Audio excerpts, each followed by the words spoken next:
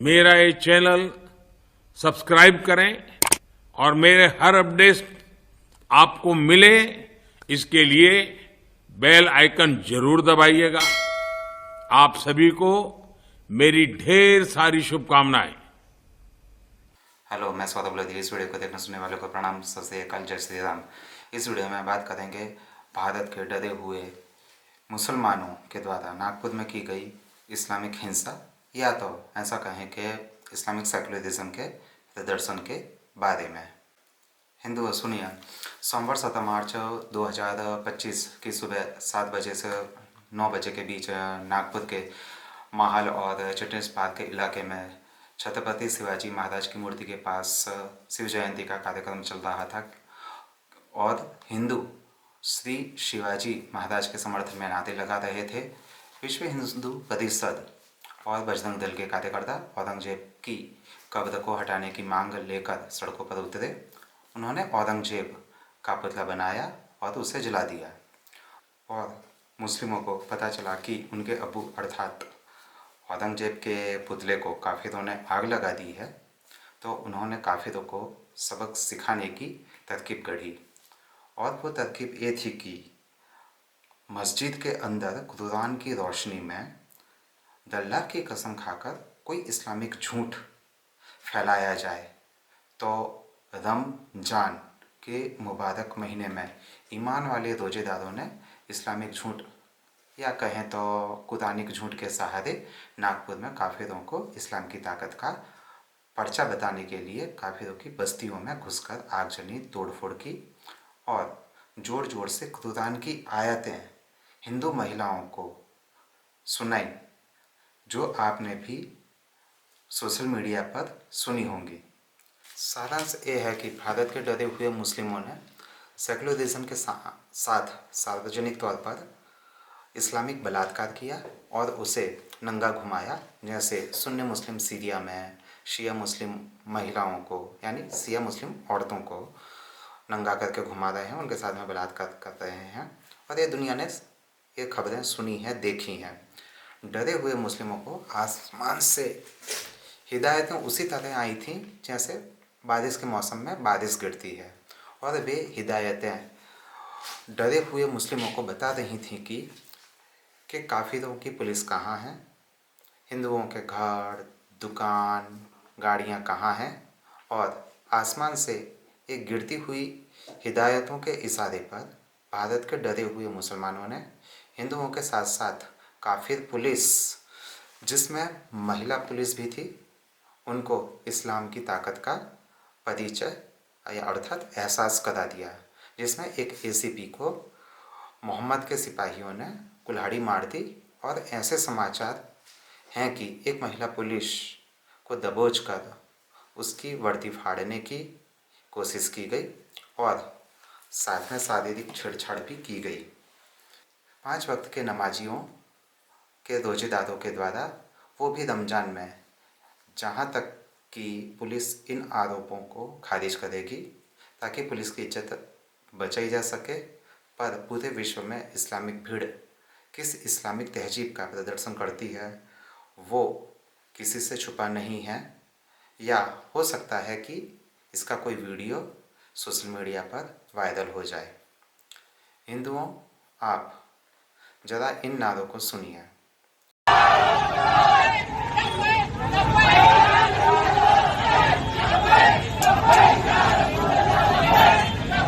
ये नारा ए तकबीर उलाहू उबेद की जगह ले चुका है।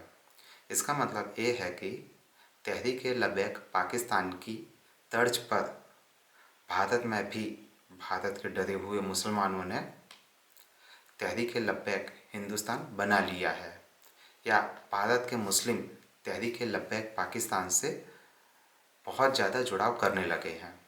यही वजह है कि 2016 के बाद से भारत में हिंदुओं को हर मौके, त्यौहार, पर्व पर इस्लामिक दंगे का सामना करना पड़ रहा है।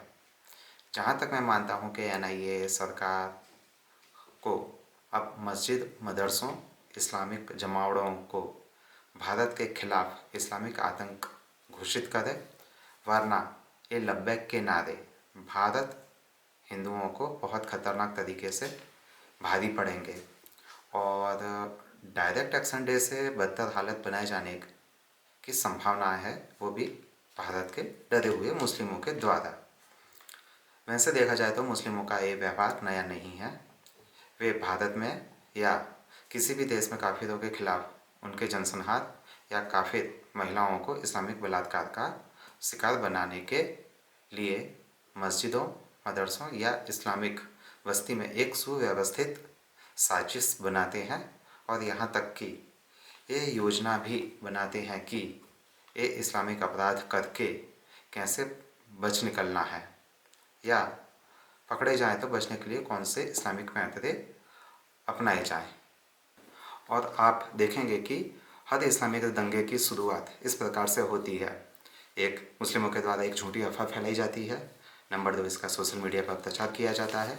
नंबर 3, सेक्युलर हिंदू इस्लामिक नेता कुरानिक झूठ के समर्थन में सरहर्ष सुनकर बेवड़ेबाजी करते हैं। नागपुर आरएसएस का गढ़ है। आरएसएस का हेडक्वार्टर मुख्यालय नागपुर में है। वहाँ मोहनराव भागवत जी बैठते हैं।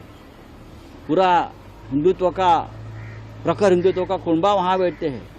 वहाँ देवेंद्र जी का चुनाव क्षेत्र है। वहाँ दंगे कौन कह रहेगा कि उसकी हिम्मत है? गृह मंत्री देवेंद्र फडणवीस जी है, मुख्यमंत्री देवेंद्र जी है। वहाँ भारतीय जनता पार्टी के प्रदेशाध्यक्ष बावनकुळे नागपुर से है और 4 मंत्री आसपास है। कोई हिम्मत कर सकता है? उनकी गैंग होगी, उनके लोग होंगे दंगा कराने वाले।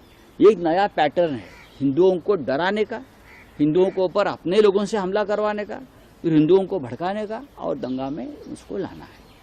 ये जो चल रहा है औरंगजेब के नाम से एक भय और डर पैदा कर रहे हैं, ये महाराष्ट्र को और देश को खत्म करने जा रहे हैं। नंबर 4, बाहर के इस्लामिक आतंकी गिरोह अर्थात इस्लामिक देश और इस्लाम को अपनी राजनीति का तौलिया बनाकर राजनीति करने वाले विदेशी नेता, इस्लाम के सेवक अर्थात मानव, महिला, लोकतंत्र के कथित कार्यकर्ता भारत के इस्लामिक गिरोह के कुरानिक प्रपंच को अपना समर्थन देने आ जाते हैं। इस्लामिस्टों और उनके सेक्युलर गुलामों के द्वारा पुलिस को धमकाकर, दबाव में लाकर निर्दोष हिंदुओं को अपराधी बनाकर झूठी एफआईआर करवाई जाती है ताकि ये साबित किया जा सके हिंदू हिंसक हैं और मुस्लिमों के खिलाफ साजिश और दंगा करता है। उसके बाद में नंबर आता है हाई या सुपर कोर्टों के जो मियाँ लॉर्ड होते हैं या सेक्युलर इस्लामिस्ट कामपंथी वकीलों की इस्लामिक कुतर्क से प्रभावित होकर निर्दोष या खुद के इस्लामिक जिहाद से बचाने की कोशिश करने वाले हिंदुओं को कठोर सज़ा दे देते हैं। इसके बाद काफिरों के खिलाफ एक और नए इस्लामिक जिहादी अभियान की शुरुआत की जाती है। नागपुर में डरे हुए मुस्लिम और हिंसक हिंदुओं के साथ भाईचारे और शांति से रहने वाले मुस्लिमों ने न सिर्फ हिंदुओं को उनकी बस्ती, मोहल्ले, घर, दुकान और उनके वाहनों को तोड़ा, लूटा, बल्कि बाद में आग के हवाले कर दिया। पर उसके पहले उन्होंने दुनिया की आंखों में धूल झोंकने के लिए हर जगह पुलिस थानों का घेराव किया और बाद में कुरान से सीखा हुआ एक बढ़िया बहाना कि पुलिस हमारी सुन नहीं रही थी कहकर पुलिस पर हमला कर दिया। यदि आपको याद होगा कि मुंबई के आज़ाद मैदान में भारत के गद्दार और नमक हराम मुस्लिमों ने उन हत्यारे बलात्कारी रोहिंग्या मुस्लिमों के समर्थन में रैली की थी, जो म्यांमार में हिंदू और बौद्ध के हत्या बलात्कार के अपराधी हैं, और तब भी मुस्लिमों ने पुलिस पर पथराव किया था, पुलिस के वाहनों में तोड़फोड़ की थी, आगजनी की थी और महिला पुलिस के साथ छेड़छाड़ी, शारीरिक दुर्व्यवहार भी किया था। और आप ये पैटर्न हर बार बिना किसी गलती के मुस्लिमों के द्वारा दोहराते हुए देखेंगे, फिर वो तेलंगाना हो, असम हो, राजस्थान, कश्मीर या बंगाल हो सकता है कि कोई दूसरा भी प्रदेश हो या कोई दूसरा देश हो। अपराध को समझने वाले अपराध करने के एक जैसे तौर तरीकों को बार बार दोहराते हुए जब देखते हैं तो इसे किसी पेशेवर समूह की साजिश कारगुजारी मानते हैं या बताते हैं। पर यहाँ तो मुस्लिमों को राजनीतिक गलियारे में भटका हुआ डरा हुआ समूह बोला जाता है और उनके समर्थन में कानून की मांग की जाती है। जब से भारत में इतिहास को राजनीतिक ज़रूरत के हिसाब से लिखा जाने लगा, पढ़ाया जाने लगा है, तब से सच को इस्लाम मुस्लिम विरोधी माना जाता है या बना दिया गया है और हिंदुओं को इस्लामिक जिहाद के सामने शरण स्वीकारने का दबाव बनाया जाता रहा है। इसलिए आज भी भारत में इस्लामिक लुटेरों बलात्कारियों के द्वारा हिंदुओं के खिलाफ अंजाम दिए गए इस्लामिक अपराधों या डायरेक्ट एक्शन डे, मोपला में मुस्लिमों के द्वारा हिंदुओं का जनसंहार हो, कश्मीर बांग्लादेश में मुस्लिमों के द्वारा हिंदुओं का जनसंहार किया गया हो या उनके अपराध हों, या फिर राजस्थान में मुस्लिमों के द्वारा चलाई जाने वाली इस्लामिक बलात्कारी गैंग हो, या भारत भर में लव जिहाद की इस्लामिक आपराधिक साजिशें, इनके खिलाफ ही हिंदुओं को बोलने लिखने की मनाही है या हिंदुओं के द्वारा इन इस्लामिक अपराधों सुसंगठित साजिशों के खिलाफ प्रतिकार को हिंदू आतंकवाद या भारत में मुस्लिमों के जनसंहार की कोशिश बताकर हिंदुओं के खिलाफ वैश्विक प्रतिबंध का आह्वान किया जाता है या वैश्विक प्रतिबंध की मांग की जाती है। नागपुर में हिंदुओं के खिलाफ मुस्लिमों के द्वारा हमला इस्लामिक जिहाद का एक हिस्सा है। इस हमले में कई संदेश छुपे हुए हैं जो राज्य सरकार, केंद्र सरकार, बीजेपी, मोदी, आरएसएस और हिंदुओं को दिए गए हैं। और वैसे देखा जाए तो नागपुर में मुस्लिमों के द्वारा हिंदुओं के खिलाफ इस्लामिक दंगे ने बता दिया है कि मुस्लिम एक सामान्य नागरिक की तरह नहीं बल्कि इस्लामिक सिपाही की तरह काफिरों के खिलाफ जिहाद करने के लिए तैयार रहता है। मुस्लिम हमेशा इस्लामिक दंगों की तैयारी में लगे रहते हैं या तैयार ही रहते हैं और इसके लिए साजिश मस्जिद मदरसों में स्थानिक मौलाना, मौलवी, काजी, उलेमा, शहर काजी, मस्जिद का सदर हो, मुस्लिम राजनीतिक नेता हों, मुस्लिम अपराधियों के साथ सहयोग से मिलकर बनाई जाती हैं, अंजाम दी जाती हैं और बचाव के लिए उन मुस्लिम सेकुलर काफिरों का साथ लिया जाता है जो या तो सरकारी न्यायिक कानूनी व्यवस्था में सेवा दे रहे हैं या जिनका प्रभाव बयान उनको बचा सकता है। मेरा अवलोकन कहता है कि जिस जगह पर मस्जिद मदरसे हैं वहाँ कोई भी कानून काफिरों को सुरक्षा प्रदान नहीं कर सकता है। काफिर सिर्फ वहाँ दो तरीके से रह सकता है और वो ये है कि एक, वो मुस्लिमों के हिसाब से रहे या सतत इस्लामिक संघर्ष के खिलाफ टक्कर दे, वरना काफिरों को सिर्फ 3 विकल्प दिए जाते हैं इस्लाम के द्वारा या मुस्लिमों के द्वारा जो सभी को पता है। मुस्लिम भारत में मोदी की तीसरी बार सरकार बनने और योगी को दूसरी बार उत्तर प्रदेश का मुख्यमंत्री बनने की कुड़ मन में रखकर बीजेपी के मतदाताओं को सबक सिखाना चाहते हैं। दूसरी बात यह है कि मुस्लिम अपने इकोसिस्टम को बर्बाद होते हुए देख रहे हैं, इसकी भी चिढ़ है उनको हिंदुओं से। साथ में मुस्लिमों के द्वारा भारत में हिंदुओं के खिलाफ इस्लामिक जिहाद के नाम पर किए गए आतंक बर्बरता का काला इतिहास खुलता जा रहा है, जिसके कारण इस्लामिस्टों के द्वारा हिंदू मुस्लिम भाईचारे की जो मीट शॉप है उसको चलाने में या गंगा जमुनी तहजीब के नाम पर बहाए जा रहे हिंदुओं के खून का हिसाब देने में परेशानी हो रही है। ये भी एक खास वजह है। मुस्लिम सरकार को चेतावनी दे रहे हैं कि हमारे खिलाफ कोई कानून बनाओगे तो हम हिंदुओं को सबक सिखाएंगे और पुलिस, अदालतें, सरकार हमारा कुछ नहीं बिगाड़ पाएंगे और हम भारत की अर्थव्यवस्था को बर्बाद कर देंगे। ये इस्लामिक दंगा तब किया गया है जब अमेरिका और अन्य देशों के सुरक्षा विशेषज्ञ भारत आए हैं, जैसे पिछली बार ट्रंप आए थे, तब दिल्ली 2020 में हिंदू विरोधी दंगा हुआ था, जिसमें सबसे मुख्य नाम तुलसी गबार्ड का है। हिंदुओं के खिलाफ ये इस्लामिक दंगा नागपुर में अत्यधिक कम संख्या वाले मुस्लिम बस्ती वाले इलाके में किया गया है, ताकि इस इस्लामिक दंगे में मुस्लिमों को किसी भी प्रकार का कोई नुकसान ना पहुँचे, या दंगे में भी मुस्लिम की संपत्ति आसानी से पहचानी जा सके, वरना ये मुस्लिम उन इलाकों को निशाना बनाते जहाँ मुस्लिम संख्या ज़्यादा रहती है और उन मुस्लिमों का साथ भी मिलने की संभावना रहती, पर कम मुस्लिम वाले विस्तार में मुस्लिमों के द्वारा हिंदुओं के खिलाफ जो दंगा आगजनी को अंजाम दिया गया है, उसका मकसद यहाँ से हिंदुओं का पलायन करवाना है, ताकि इस इलाके में इस्लामिक बस्ती बनाई जा सके। अगले कुछ सालों में ये डेमोग्राफिक चेंज होने ही वाली है उस एरिया में। आरएसएस को संदेश दिया गया है कि हम चाहेंगे उस दिन तुम्हें नागपुर से तो दूर भारत से भी खत्म कर देंगे, ताकि हिंदू बीजेपी का कोई मददगार ना बचे। फडणवीस को संदेश दिया गया है कि भले तुम्हारी सरकार है, पर सड़कों पर हमारी हुकूमत चलती है, इस्लामिक शरिया चलता है, योगी बनने की हिम्मत मत करना।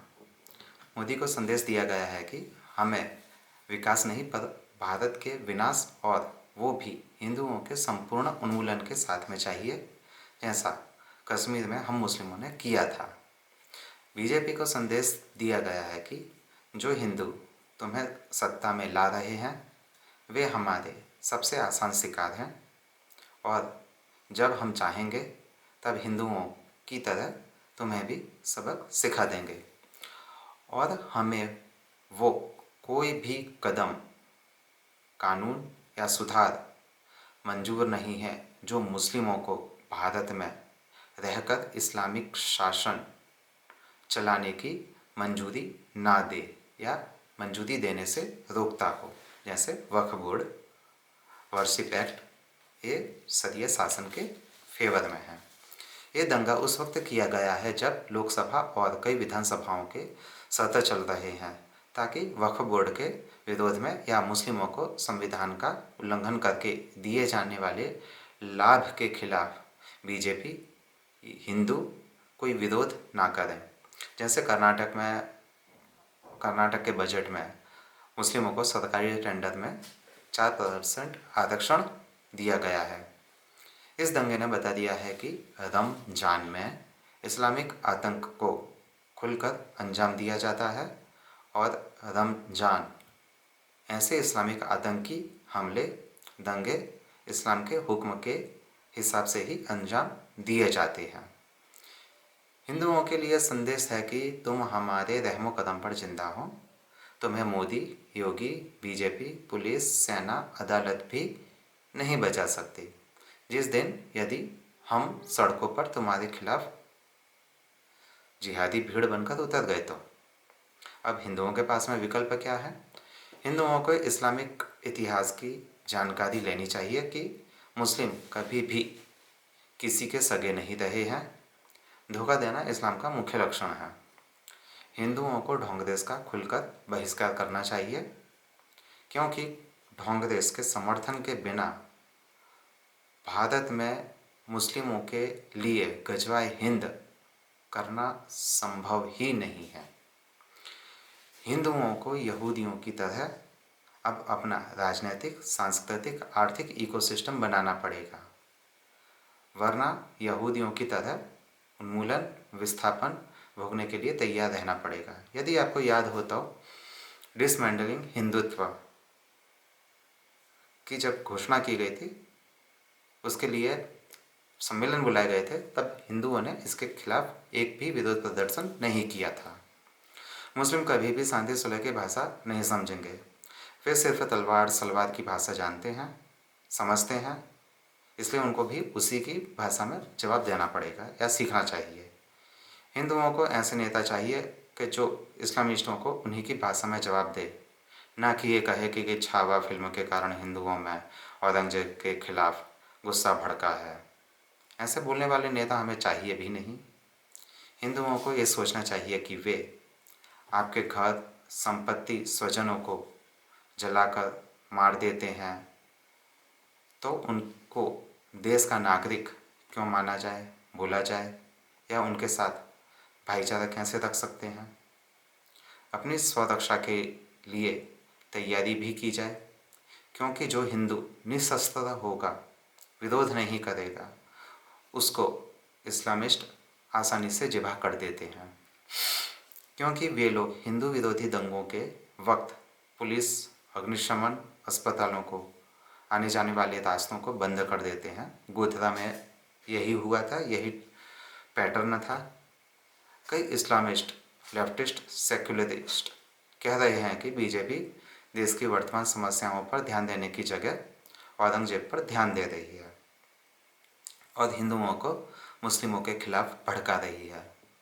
तो हिंदुओं ये याद रखो, मुस्लिम किसी भी देश में जाता है तो वो वहाँ इस्लामिक शरिया लागू करने के प्रयास करता है, और वो ऐसा करने में नाकाम होता है तो वो वहाँ इस्लामिक आतंक का खुलकर इस्तेमाल करता है या इस्लामिक बलात्कारी गैंग को इस्तेमाल करता है, ताकि उस देश में गैर मुस्लिमों की संख्या कम की जा सके या वे अपने ही देश में असुरक्षित रहने लगें, रहने के लिए मजबूर हो जाए।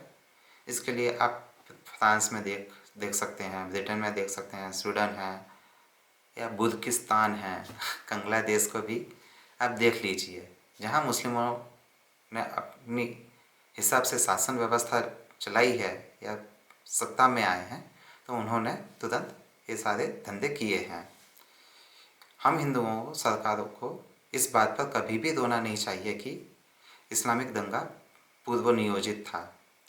हमको इस बात का भरोसा होना चाहिए कि मुस्लिम भारत के अंदर हिंदू के अस्तित्व से नफरत करते हैं, गैर इस्लामिक सरकारों से चिढ़ते हैं, वे भारत को इस्लामिक देश बनाने की देरी से चिढ़ रहे हैं, वे भारत की आर्थिक तरक्की से नफरत करते हैं, वे भारत की बढ़ती राजनीतिक, सांस्कृतिक ताकत से नफरत करते हैं। उनको चिढ़ है कि कई जगहों के इस्लामिक नाम बदले जा रहे हैं, हिंदुओं की मांगों के हिसाब से उनके नाम रखे जा रहे हैं।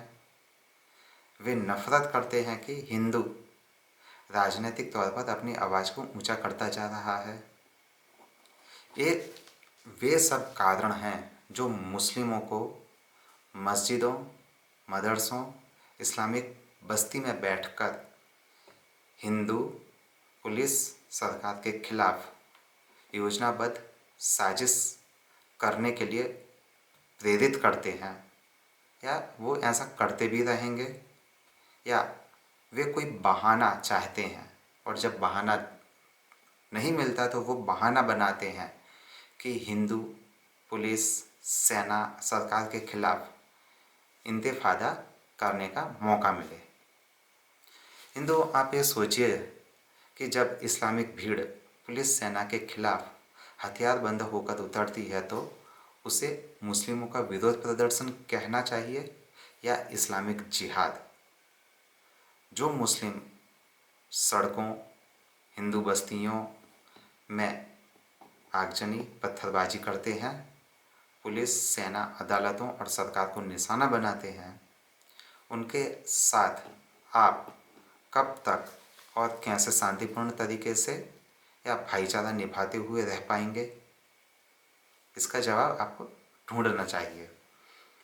जो मुस्लिम सेना पर आत्मघाती हमले करते हैं, पुलिस के अधिकारियों से उनके हथियार छीन लेते हों, अहमदाबाद के शाहपुर में ऐसा ही हुआ था, या फिर महिला पुलिस अधिकारी को दबोच कर बलात्कार की कोशिश करते हैं, आज़ाद मैदान के प्रदर्शन में भी मुस्लिमों ने यही किया था। हिंदू महिलाओं, बच्चियों के साथ में इस्लामिक बलात्कार करने को आमादा रहते हैं या कर देते हैं। क्या वे इस देश के नागरिक हैं या कहलाए जा सकते हैं? तो इसका जवाब है नहीं। ये हमलावर हैं, ये भारत के अंदर रहकर भारत के ऊपर आक्रमणकारी के तौर पर रह रहे हैं, वे इस देश में इस्लाम की सेना के तौर पर रह रहे हैं। इसलिए वे कुछ ही मिनटों में हिंदू बस्ती, मोहल्ले, पुलिस, सेना, यहाँ तक कि सरकार के खिलाफ हथियारबद्ध होकर उतरते हैं। वरना स्वतः विरोध के लिए सड़कों पर उतरने वाली भीड़ धार्मिक समुदायों को पहचानती नहीं है।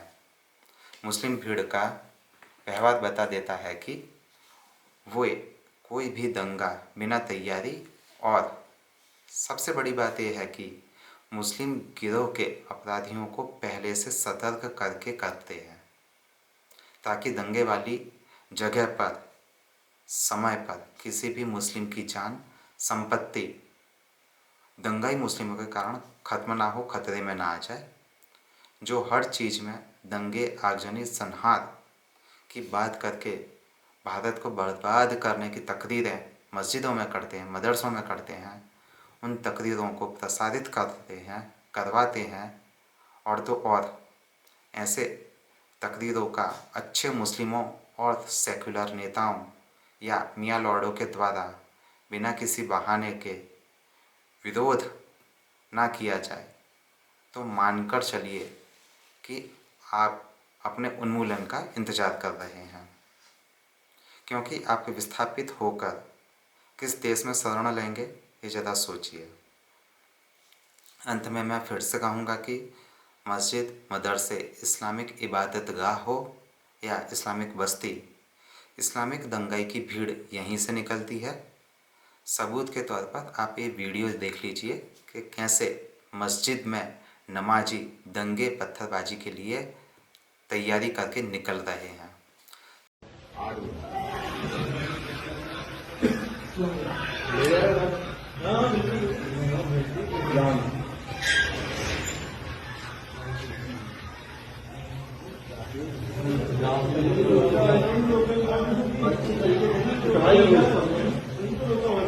ये क्या? अच्छा ये सब तो ईटा मारा था शायद, जोड़ दिए हैं।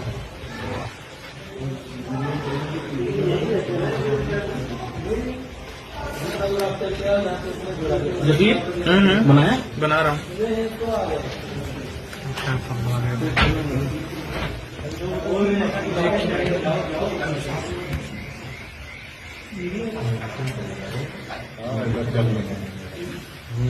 तो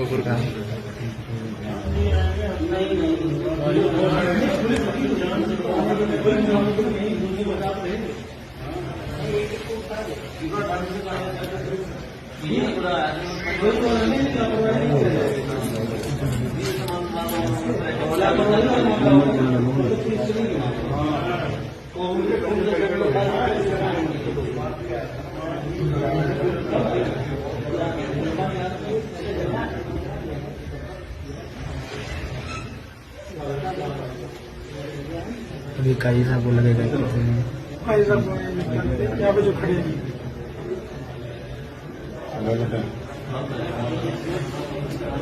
ये रही एक तो बचा लिया, अब यहीं पे लगेगा, तो एक बार भाई बचा लिया। ये तो बोल रहे हैं जाने के लिए, जुनेद खींच रहा है मेरा अंदर, ये लगा अब अंदर गया। साथ में ये भी याद रखिए कि कैसे कश्मीर में शुक्रवार की नमाज के बाद मस्जिद से निकली हुई नमाजियों की भीड़ सेना पर पत्थरबाजी करती थी। याद रखिए, इस्लाम और मुस्लिमों के कारण किसी भी देश में आज़ादी, वहाँ का कानून, शांति, सुरक्षा, उस देश की समृद्धि या वो देश स्वयं, वहाँ का कोई संविधान या महिला की इज्जत हो या सम्मान हो, यहाँ तक कि काफिरों की जान तो बिल्कुल भी सुरक्षित नहीं है। आप यदि देखना चाहते हैं तो टर्की में देख लीजिए, वहाँ पर मुस्लिम शासकों के खिलाफ किस तरह से सड़कों पर विरोध प्रदर्शन कर रहे हैं। हर इस्लामिक दंगा आपके बाजू में रहने वाले अच्छे मुस्लिम का असली इस्लामिक रंग दिखा देता है। नागपुर में भी यही हुआ है। हिंदुओं के पड़ोस में रहने वाले अच्छे मुस्लिमों ने रसूल के सिपाहियों को काफिरों के घर, दुकान, वाहन की पहचान करने में मदद की थी। जरा इस रोते हुए हिंदू दुकानदार का वीडियो देख लीजिए। भाई साहब आपकी चाय की दुकान थी Will you talk? No. आपकी Uh, चाय की दुकान What exactly happened? आप बता सकते हैं क्या हुआ था? भाईचारे से रह रहे हैं यहाँ पे इतने सालों से, और ये दुकान बोलने की इनको क्या जरूरत थी? काहे के लिए इतने लोगों की गाड़ी चलाना? अरे एक भी दुकान लाइन से यहाँ पे बुरहानपुर इतनी दुकान है, एक भी दुकान का कांच नहीं फूटा है। जो भी हमारे ऊपर, हम हिंदू लोग हैं, हमारे ऊपर ही सब चीजें हो रही है। और कब तक है भाईचारों से? ये अगर हमारी दुकान बोलेगा, हम तो पैसे कमाने के लिए बैठे ना, हमने थोड़ी ना उनकी एक दुकान को कुछ किया है। आपका कितने का नुकसान हुआ है सर? ये आप लाइन से देख लीजिए, पूरी रेस्टोरेंट हमारा है, वो वहाँ तक के पूरा बोर्ड अगर फोड़ा है। और ये पैसे की बात नहीं है, इज्जत की बात है ना। पैसे का क्या है? ये कांच और फोड़ा ठीक है, रिप्लेस करिए, पर ये इज्जत की बात है नहीं। ऐसे आगे कोई भी फोड़ेगा, ऐसा कब तक चलेगा? कि सेक्युलर भारत में यदि ऐसा काफिरों के साथ किया जा रहा है, परंतु जब ये काफिरों के द्वारा किया जाता तो मानवाधिकार, अल्पसंख्यक संगठनों मतलब के मुस्लिम संगठनों, नारीवादी संगठनों और यहाँ तक कि हाई या सुपर कोर्टों में बैठे मियाँ लॉर्डों के द्वारा पुलिस से जवाब मांगा जाता कि, और साथ में पूछा भी जाता कि जब नागरिकों की जान, संपत्ति और पुलिस पर हमले किए जा रहे थे तो दंगाइयों को हिंदू आतंकियों को गोली क्यों नहीं मारी, जैसे गुजरात दंगे में किया गया था। परंतु यहाँ तो मुस्लिम हैं, मुस्लिम ही होते हैं, तो अब पुलिस को कहा जा रहा है कि मुस्लिमों की शिकायतें दर्ज करने में देरी क्यों की, उसके ऊपर तुरंत एक्शन क्यों नहीं लिया। यानी जैसे शिकायत दर्ज होते ही सारे हिंदुओं को या उस जगह के सारे हिंदुओं को गोली मार देनी चाहिए थी। वरना आप यदि एक्शन नहीं लेंगे तो देश, शहर की शांति व्यवस्था भंग हो जाएगी, और इसके लिए हिंदुओं के साथ साथ पुलिस भी और वहाँ की गैर कांग्रेसी सरकार जिम्मेदार होगी, अर्थात बीजेपी सरकार जिम्मेदार होगी। इसके साथ वीडियो समाप्त होता है। तो मैं फिर भी एक बात कहूँगा कि हिंदू ज़रा सोचो कि जो नेता पत्थरकार आए दिन सेकुलरिज्म, हिंदू मुस्लिम भाईचारा, गंगा जमनी तहजीब का नगमा गुनगुनाते हैं या सभी का खून शामिल है इस मिट्टी में, वाली कव्वाली करते रहते हैं, तो उस जमात ने कभी हिंदुओं के समर्थन में खड़े होने की हिम्मत जुटाई है? नहीं जुटाई। फिर वो कश्मीर हो, हल्द्वानी हो, दिल्ली, गुजरात, अजमेर, मध्य प्रदेश या बंगाल, केरल क्यों ना हो, हर जगह हिंदू पुलिस के ऊपर पत्थरबाजी हुई है, सेना पर पत्थरबाजी हुई है, आगजनी की गई है।